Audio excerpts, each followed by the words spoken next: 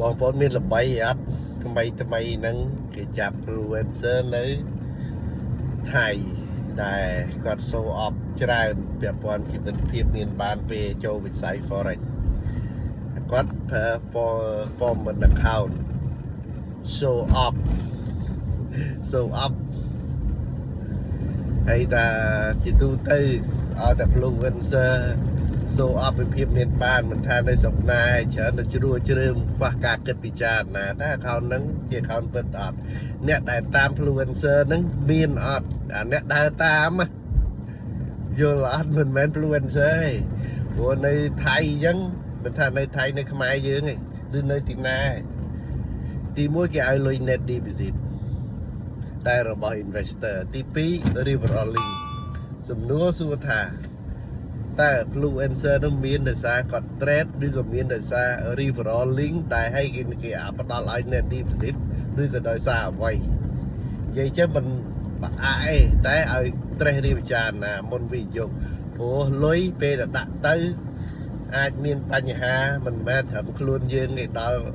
ហេរញ្ញវត្ថុគ្រួសារទៀតអញ្ចឹងណាហើយក៏មិនថា all the influencer អញ្ចឹងទាំងអស់ទេតែយើងត្រូវចេះសង្កេតមុនវិនិយោគពិតឬមិនពិតឬមិនពិតតែប៉ុណ្្នឹងឯងហើយបើពិតជួយត្រេកអរទៅតាមគាត់ចុះ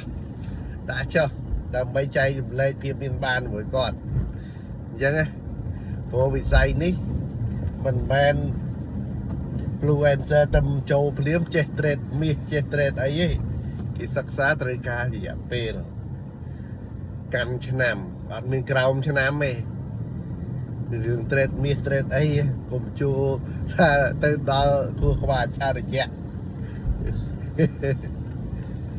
កាន់ឆ្នាំបានអាចយកជោគជ័យក្នុងវិស័យនេះគឺ stable profit បាន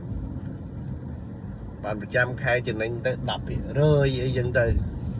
អញ្ចឹងណាបាទចឹងបានន័យថាមិនមែនគេមិនធ្វើបានទេមានអ្នកធ្វើបានតែមិនមែន all content creator នឹងធ្វើបានគ្រប់គ្នាទេគ្រាន់តែ show off លុយ complete ព្រោះនៅពីក្រោយនោះ net deposit និង referral link អញ្ចឹងណាមនុស្សមិនថានឹងឯទោះបីអ្នកជួយក្នុងសាសនាក៏ដោយក៏អាចមានមួយចំនួនក៏អាចជាសាសនារើស៊ីក្នុងវិស័យអីក៏ដោយ trade ក៏មានតែរើស៊ីក្នុងវិស័យ trade គ្រប់វិស័យទាំងអស់មានទាំងអ្នកល្អមានទាំងអ្នកអាក្រក់អញ្ចឹងបើទៅធ្វើអីកុំគិតថាគេជា idol ប្រយ័ត្នអស់គូតខោដោយសារ idol បអស់ម្នាក់ឯងមិនអីទេប្រយ័ត្នអស់ទាំងគ្រួសារទៀត ធ្លាក់ខ្លួនលំបាកដោយសារ idol បាទ